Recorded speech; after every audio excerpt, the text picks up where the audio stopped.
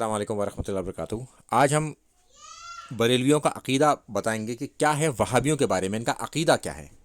تو اس میں جو چیز لکھی ہوئی ہے عرض، وہ ہے کوشچن، اور جو ہے ارشاد وہ ہے جواب۔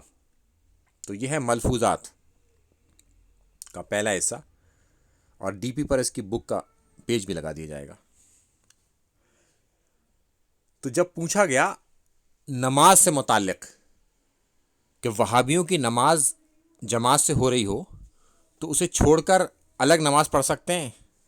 سوال۔ اب جواب سنیے۔ نہ ان کی نماز نماز ہے اور نہ ان کی جماعت جماعت ہے۔ ان کی نماز جو ہے وہ نماز نہیں ہوتی، اور یہ جماعت سے جو نماز پڑھتے ہیں وہ بھی جماعت نہیں ہوتی۔ پھر مسجدوں سے متعلق سوال کہ وہ مسجد ہیں یا نہیں ہیں، تو جواب ہے اس میں کفار کی مسجد جو ہے مثل ہوتی ہیں گھر کے، یعنی کہ وہ گھر ہیں، ان کی مسجد مسجد نہیں ہے۔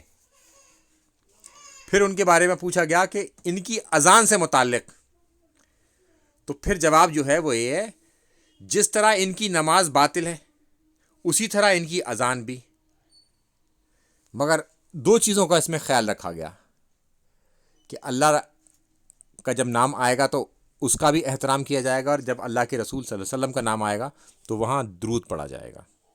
تو یہ عقیدہ رکھتے ہیں بریلوی وہابیوں کے لیے۔